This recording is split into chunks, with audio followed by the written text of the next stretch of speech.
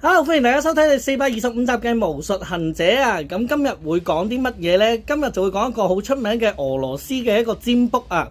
咁呢，佢就會好簡單啦，用張紙呢就鋪喺杯水上面啦，然後上面呢就放上一隻戒指，係啦，咁然後呢，就會用個火機點着個紙嘅四邊啦，然後就睇下隻戒指會唔會跌落個水度，咁就代表你今年可唔可以結得成婚啦。咁我今日就試下睇下我今年會唔會結得成婚啦。雖然我覺得呢個機會好渺茫啊。咁先點着晒呢四邊嘅紙啦，然後咧佢就會一路向隻杯嗰度蔓延啦。哇，係好大火啊！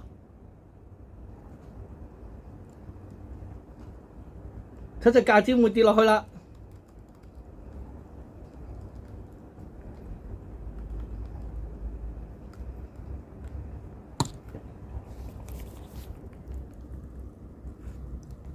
哎呀，跌咗！咦，唔通我今年都有機會好試緊？咁唔知會唔會啦？